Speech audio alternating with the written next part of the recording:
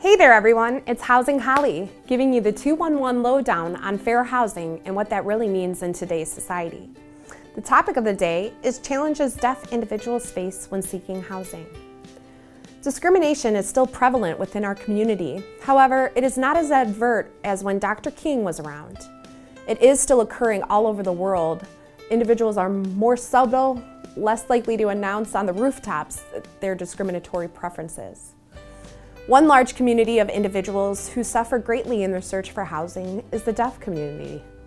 Deaf individuals are contributing members of society who work for a living and have to overcome many obstacles to be treated the same as everyone else.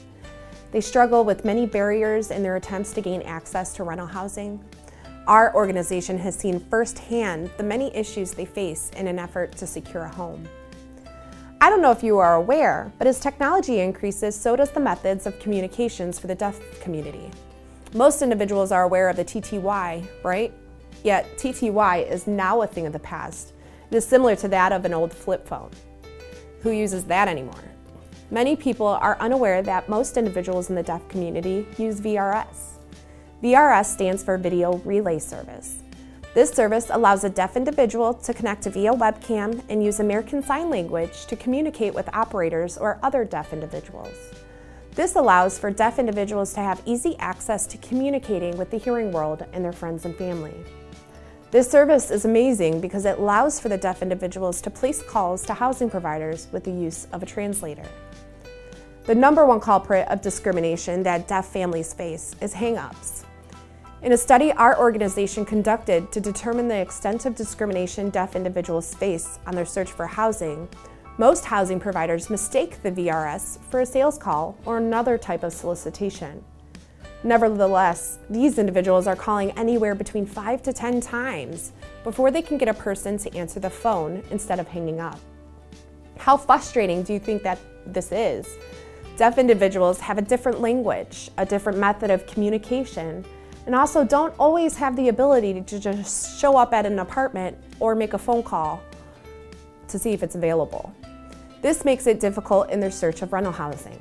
They often have to settle for less desirable units because they do not have the ability to get in contact with housing providers because of their language differences. If you are a housing provider, I ask that you make sure the next time you answer a call and think that it's a sales call, double check to make sure an operator is not contacting you on behalf of a deaf individual. Another barrier that deaf families face in their search for rental housing is assumptions housing providers make in connection to them being deaf.